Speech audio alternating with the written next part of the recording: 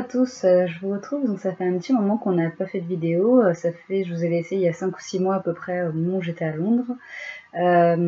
Aujourd'hui j'ai envie de faire un bilan sur ce tour du monde. Je sais que vous êtes beaucoup à être concernés, à avoir envie de partir faire un tour du monde ou de prendre une année sabbatique. Donc du coup revenir un peu sur l'expérience, vous dire ce qui m'a plu, ce qui m'a moins plu. Et faire un peu voilà, le bilan de où je suis. Déjà donc où je me trouve à Paris maintenant. Donc désolée pour ceux qui pensaient que j'allais rester à Londres ou en Australie pour travailler. J'y ai pensé, j'étais vraiment à 80% sûre de rester à peu près là-bas. Le seul truc c'est qu'effectivement moi je m'étais fixé comme règle avant de partir qu'il fallait que j'ai une qualité de vie au moins équivalente. Donc même si c'est pas forcément la même somme d'argent, au moins que j'ai un niveau de vie, que je puisse sortir, que je puisse profiter avec mes amis, etc. et que j'ai un boulot qui me plaît. C'était pas exactement le cas à Londres, donc j'ai pu travailler. Par contre, effectivement, j'ai pas pu forcément trouver un équivalent à ce que j'avais en France. Donc voilà pourquoi je reviens. Donc moi j'ai fait mes petits entretiens, je reviens mi-août. D'où l'intérêt aussi de prendre plutôt un congé sabbatique que de démissionner. Parce que quand même, quand vous rentrez, il y a déjà tous les repères à reprendre. Moi, je me sens vraiment comme une touriste maintenant à Paris. Mais voilà, au moins, vous avez un peu de confort, vous avez de quoi voir venir, vous savez que vous avez un salaire qui va rentrer et que vous allez reprendre des marques qui vous sont familières en quelque sorte. Donc c'est dur de revenir, oui, mais en même temps, c'est plus facile de revenir dans un milieu qu'on connaît que dans ce qu'on ne connaît pas. Donc sachant qu'on a forcément un regard qui est différent sur les choses. Donc qu'est-ce qui s'est passé pendant cette année? Donc je sais que c'est l'occasion pour beaucoup de faire un retour à l'essentiel, un retour aux sources. Moi, ça m'a permis aussi de me recentrer sur moi, de découvrir beaucoup de monde, de voir des chemins de vie différents. J'ai travaillé avec beaucoup d'immigrés, des immigrés du sud de l'Europe et de l'Est notamment, donc tous les pays, voilà, Ukraine, Pologne, etc. Mais également l'Italie, l'Espagne, le Portugal, la Grèce. Et ça m'a permis de voir un peu le rapport qu'ils ont au travail. Et eux, quand ils viennent travailler à Londres, donc je les avais pas vus en Australie, hein, je les ai vus vraiment à Londres. Quand ils sont venus travailler en Angleterre, c'était pas par amour de l'Angleterre, c'était pour fuir la crise, si vous voulez, du monde du travail et pour trouver quelque chose de meilleur. Moi, c'est vrai que j'avais quand même le choix. On est en crise en France, certes, mais on peut quand même encore trouver un boulot, au moins en tant que cadre, alors que c'est pas forcément évident de trouver ça, de trouver un équivalent dans ces pays-là. Donc déjà, j'ai pris pas mal de recul par rapport à ça, parce qu'on se plaint souvent, on parle souvent de French bashing, mais effectivement, il y a surtout les Français qui sont là pour critiquer les Français, et dans les autres pays, on est plutôt bien vu. Bon, en Australie, il y a quand même le vol à la française, donc ça se dégrade un petit peu, mais dans les autres pays, on est quand même bien vu. Et en Angleterre, les gens nous connaissent et on est quand même plutôt reconnus. Au début, donc, je suis arrivée en tant que fille au pair. Je suis restée 1 mois. Pourquoi je suis partie? Donc moi, le premier mois, ça m'a permis de me poser et de pas utiliser trop mes économies qui avaient été un peu mangées par le fait que j'ai pas trouvé trop de boulot en Australie et que j'ai préféré du coup pas chercher un boulot déboueur ou ce genre de choses. Donc vu que ça passait pas, j'en ai profité pour voyager, j'ai utilisé un peu mes économies et donc là voilà, je me suis dit c'est pas grave, je serai chez l'habitant et je vais être fille au pair. Donc le seul truc c'est que dès le premier soir, la petite, je gardais 2 enfants, la petite commençait à insulter ses parents, etc. Donc c'était pas forcément évident. Ils ont pas la même façon d'éduquer, donc c'est quand même propre au système anglo-saxon également, ce laxisme avec les enfants dans l'éducation. Il faut pas punir, il faut pas vraiment contrôler, encadrer trop l'enfant. Après moi ça me correspondait pas forcément et quand le fils a quasi essayé de me taper pour une barre de chocolat que j'ai refusé, je me suis dit qu'il y avait quand même un petit souci. Donc c'était une expérience riche parce que j'ai pu voir un peu le modèle anglais d'éducation et puis tout ce qu'on idéalise aussi nous quand on nous parle de l'étranger. Je trouve que notre système finalement est pas si mal et qu'en tout cas moi j'avais besoin de quelque chose de normé et qu'on respecte l'autorité quand même et qu'on puisse au moins leur inculquer des choses. Donc je suis partie au bout d'1 mois. Là j'ai dû attaquer un petit peu mes économies mais j'avais un travail dans un café. Donc à Londres, et oui on peut trouver du travail facilement. Vous allez trouver essentiellement dans tout ce qui est tourisme, vous allez trouver dans tout ce qui est hospitalier, donc la restauration, l'hôtellerie. Pourquoi? Parce que vous allez pouvoir vous vendre avec le savoir-faire français, avec la langue, parce qu'ils ont des gros problèmes à se faire comprendre. Les Français parlent pas souvent très bien anglais, donc eux aiment qu'il y ait quelqu'un de français dans le staff pour pouvoir répondre aux Français.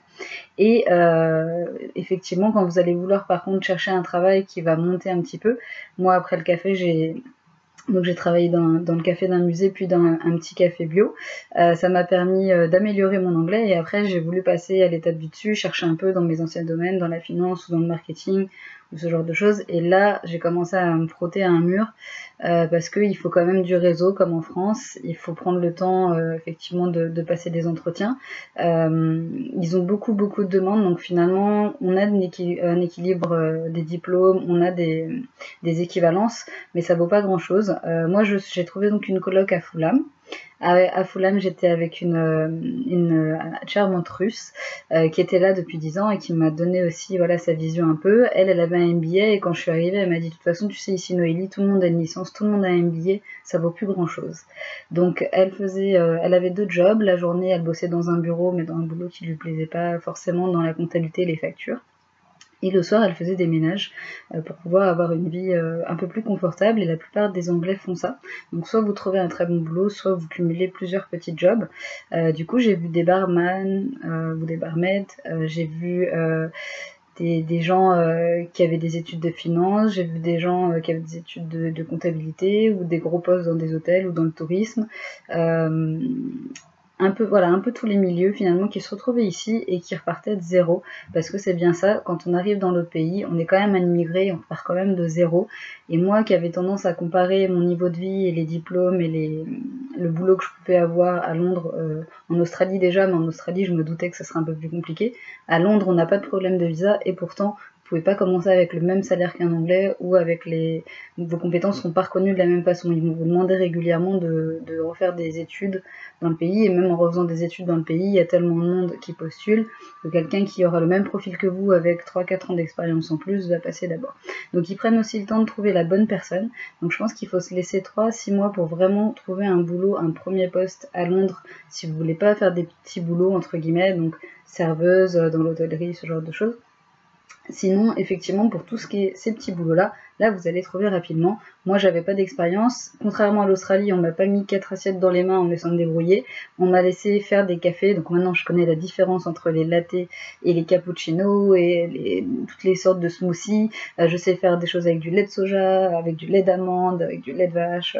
Je sais porter plusieurs tasses comme ça sur les mains. Et puis je sais aussi faire la plonge, parce que au fur et à mesure vous apercevrez qu'ils vous utilisent quand même pas mal, et que les derniers arrivés sont les moins bien servis. Donc en moyenne, moi j'ai dû rester à peu près 1 mois donc, dans chacun de mes boulots. Le boulot en hôtellerie, du coup j'étais réceptionniste mais de nuit, donc c'était intéressant à voir le rapport qu'ils ont avec les clients. Effectivement de pouvoir travailler l'anglais aussi, ça m'a vraiment servi.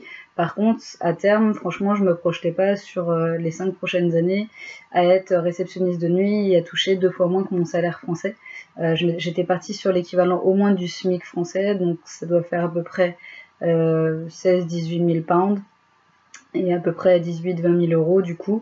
Et ça, je ne l'avais pas, enfin je commençais tout juste à l'avoir, alors que je travaillais de nuit, les week-ends, les jours fériés, etc. Donc voilà pourquoi j'ai préféré revenir. Par contre, effectivement, j'ai vu des gens bosseurs. C'est vrai qu'en Australie c'était plutôt des backpackers, donc des gens qui bossent mais ponctuellement, et on n'a pas forcément du coup une très bonne image. Mais par contre c'était plutôt le côté paysage qui était mis en avant en Australie, le côté flexible, vous pouvez bouger, vous pouvez vous adapter à tout, il y a des gens qui dorment dans des vannes, et c'était vraiment l'amour de la nature aussi, et ce côté dépaysement. Là on est plus dans un côté terre à terre, où effectivement vous gagnez votre croûte, vous rencontrez du monde. Il y a eu une énorme solidarité dans tous mes petits boulots. Je suis restée en contact avec plein de monde, des gens adorables qui se battent tous les jours et qui en veulent vraiment. Donc vous êtes obligé de vraiment rentrer et de bosser et de tout donner. On va vous donner des choses à faire, même si vous n'avez pas encore les compétences, on vous fait confiance. Ça, c'est quelque chose que je voulais voir aussi. Donc c'est vrai que du coup, rien que dans le boulot où j'étais dans le café du musée, qui était un de mes objectifs, je voulais bosser dans un musée. J'étais au Victoria and Albert Museum dans ce café-là, donc l'intérieur est très beau, c'est un peu comme dans le Louvre, comme si vous travailliez dans le Louvre, pour vous donner un ordre d'idée, donc c'était vraiment génial. Par contre, avec 20-30 minutes de pause sur 8-10 heures de travail par jour, vous allez nettoyer les tables, puis progressivement vous allez commencer à faire la caisse, à servir la nourriture chaude, la nourriture froide, les sandwichs, et effectivement du coup vous devez être formé à tout ce qui est allergène, à tout ce qui est sécurité, en très peu de temps, et tout ça en anglais, donc ça m'a vite aidé à progresser, et c'est des étapes qui sont indispensables pour gagner, je pense, en autonomie, avoir confiance en soi et faire un meilleur boulot après. Donc laissez-vous à peu près au moins 6 mois, voire plus, avec un petit peu d'économie pour être sûr de trouver un boulot correct, on va dire, et qui va vous permettre de vous projeter sur le long terme. Moi, du coup, j'avais un temps limité puisque j'avais 5-6 mois devant moi, donc du coup, il a fallu que je décide assez rapidement si je voulais revenir. Et effectivement, bah, plutôt que de tenter dans la banque, ou même je me suis fait recaler dans des postes pour des centres de relations clients, ce que je faisais il y a 8 ans, j'ai préféré du coup reprendre directement et continuer d'évoluer et garder mon ambition en France. Finalement, même s'il y a cette gestion du stress, hein, et c'est pour ça aussi que j'étais partie, parce que en France, on a tendance à être assez négatif et puis on a beaucoup de pression nulle part et puis le management est plutôt tiré vers le bas avec vos défauts. Là, on vous encourage vraiment. Par contre, à côté de ça, vous n'allez pas avoir de formation. Donc, il faut vraiment vous débrouiller et finalement, les meilleurs restent parce que les autres ne peuvent pas tenir la cadence et au bout de 3-6 mois, vous êtes plus forcément meilleur parce que vous commencez à fatiguer. Et donc, ça use un peu les gens. C'est l'ultralibéralisme use un peu les gens. Après, dans un bureau, c'est pareil, ça va être le nombre d'heures que vous allez faire. Donc voilà, à voir si vous avez un meilleur salaire. Ce que je conseille toujours, c'est effectivement de partir en expat, parce que vous allez avoir un gain de revenus et vous allez avoir déjà un confort puisque vous connaissez la société, donc ça c'est parfait. Moi c'était pas possible dans mon cas, mais si vous avez un bon plan pour partir en expat, foncez. C'est une expérience qui sera forcément riche, vous n'aurez pas le souci de l'argent, le visa va vous aider, l'appartement va vous aider, et là vous avez tout gagné. Si vous ne pouvez pas faire ça, le congé sabbatique, pour moi, ça reste la deuxième meilleure idée. Donc 6 ans d'ancienneté professionnelle dans le milieu du travail et 3 ans dans la même entreprise, vous y avez le droit. Si votre entreprise, c'est plus de 300 salariés, c'est d'office. Sinon, ça se négocie, ils peuvent vous donner un temps, un préavis différé, donc 3 mois, 6 mois, 9 mois. Le temps de s'organiser. Mais ça vous permet de reprendre votre poste, d'avoir votre salaire, etc. quand vous revenez. Les gens sont toujours un peu dubitatifs, mais c'est vrai que je reviens dans certes un nouveau poste, enfin je suis pas dans les mêmes bureaux, mais avec le même poste, avec le même salaire, avec la même ancienneté, et ça c'est pas négligeable non plus. Dernier conseil, donc effectivement, si vous pouvez pas tout ça, que vous partez un peu à l'arrache, préparez le maximum d'argent de côté. Moi, franchement, ce tour du monde, je l'ai savouré parce que j'avais de quoi voir venir. Et quand j'ai commencé à m'essouffler un peu, quand j'étais en Angleterre, en Australie, et à penser à l'argent, c'est devenu moins agréable. J'ai commencé à me projeter sur plein de boulots différents. Et c'est pas forcément évident, aussi simple qu'on vous le dit et qu'on vous le vend sur Facebook ou sur Instagram. C'est une aventure merveilleuse, mais franchement, c'est toujours mieux quand vous avez de l'argent et que vous pouvez voyager, bouger. Rien qu'en Australie, si vous voulez traverser l'Australie, c'est 2000 $. Donc ça se trouve pas non plus par hasard. Donc du coup, ce que je conseille comme budget, c'est d'avoir au moins 5 à 10 000 euros. 5 000 euros, c'est à peu près ce qui vous est demandé pour votre visa en Australie. Si vous avez 10 000, si vous faites un tour du monde comme moi par exemple, ça vous donne beaucoup plus de répit, puisque aux États-Unis ou au Japon ou en Thaïlande, moi je ne pouvais pas travailler, et puis ça vous permet vraiment d'être libre, de faire ce que vous voulez. Moi j'ai jamais été autant libre et je me suis jamais sentie autant en vacances que cette période où j'étais aux États-Unis et que je changeais de ville en passant de bus, en train, en avion. Toutes les semaines, et c'était pareil en Asie, c'était vraiment génial, et j'ai décompressé à fond, et c'est là où j'ai pu me recentrer le plus sur moi, j'ai pu écrire, j'ai pu filmer beaucoup, prendre des photos et emmagasiner beaucoup de souvenirs pour plus tard. Et maintenant, à chaque fois que je ferme les yeux, je me retrouve toujours dans un endroit, que ce soit dans un temple au Japon ou à Los Angeles sur Hollywood Boulevard. J'arrive toujours à me projeter quelque part, et ça m'aide à vraiment avoir une vision comme ça de touriste maintenant de la France, à voir aussi nos forces. Là, je viens de faire une petite escapade à Marseille par exemple. Et ben du coup j'ai vraiment savouré, j'ai pris autant de photos qu'une touriste. À Paris c'est pareil, on me parle en allemand ou en anglais, personne pense que je suis française, parce que vous avez cet émerveillement, vous arrivez de nouveau à voir les richesses qu'on a nous aussi, notre patrimoine, la nourriture. Vous allez voir en revenant, forcément vous allez adorer la nourriture française parce que ça manque. Moi je me suis passé des baguettes et du fromage quand j'étais à l'étranger, j'étais vraiment en immersion. J'ai mangé pas mal de bagels par contre, mais je me suis passée vraiment de tout ce qui était français. Par contre, c'est vrai, quand on revient, il y a quand même ce sentiment de confort aussi qui est assez agréable. Donc voilà pour les petits conseils. Donc foncez, si vraiment vous essayez, vous envisagez, vous commencez à y penser. Moi, c'est pas venu en un jour. Pendant le premier mois, j'arrêtais pas de faire des recherches pour voir si c'était faisable. Après, j'ai mis des sous de côté. Après, j'ai commencé à m'organiser par rapport à mon logement, etc. Donc je pense que 6 mois, c'est un bon timing pour préparer son voyage ou son tour du monde si vous partez sur du long terme. Il y a le visa du Canada aussi qui est jusqu'à 35 ans et qui est valable 2 ans, qui peut se tenter parce que celui-là, il est un peu plus long que ceux de l'Australie où c'est 30 ans. Mais voilà, même si vous êtes juste touriste et que vous restez 1 à 3 mois dans les pays, déjà vous pouvez voir beaucoup de choses et si vous avez les sous de côté, en plus vous mettrez beaucoup moins la pression. Moi, revenir en France, c'était 2 choses. C'était pouvoir retrouver mon cadre de vie et pouvoir renouer avec la publication de mes livres, puisque je pouvais pas forcément me publier, j'avais pas le budget m'auto-publier si je restais à Londres. Et la deuxième chose, c'est que, étrangement, c'est en revenant en France que je pouvais voyager de nouveau. Là, j'ai une liste, c'est que le début parce que j'ai au moins 34-35 capitales et villes, que ce soit en Europe ou un peu partout dans le monde que j'ai envie de visiter. Vous serez pas lassé des voyages, par contre vous pouvez pas tout faire en un voyage, même en un tour du monde. Donc il faut s'en laisser pour plus tard et maintenant moi j'ai hâte de remettre mes baskets, mon sac à dos et de repartir vers des nouvelles aventures. Par contre ça c'est possible quand vous avez une qualité de vie et que vous avez un peu de trésorerie. Et si vous vivez dans le pays et que vous comptez rester dans le pays, sachez que ce sera moins ce côté-là. Vous allez plus être touriste, vous n'allez pas multiplier les destinations, vous allez plutôt vivre et vous imprégner d'une culture et essayer de vous faire votre trou dans ce nouveau pays-là, comme quand vous avez des immigrés qui arrivent en France. Et je vous jure que vous n'avez plus la même perception après, ça vous enrichit, ça vous rend humble. Ça permet aussi de voir vos forces, parce que moi, du coup, en hôtellerie et en restauration, je pensais pas forcément avoir des forces, ou même découvrir vos faiblesses. Je pensais pas qu'un jour je serais en difficulté à faire la plonge ou à porter 4 ou 5 assiettes en même temps, et que là, vous allez me brûler le bras. Et voilà, on se rend pas compte de ce genre de choses. Et maintenant, quand je regarde des serveurs, je vous assure que même si j'ai toujours respecté leur travail, on le respecte 3 fois plus parce qu'on a été à cette place-là. Donc voilà, c'est riche d'enseignements, c'est riche de paysages, ça en met vraiment plein la vue, mais il faut aussi se préparer le retour et bien l'appréhender.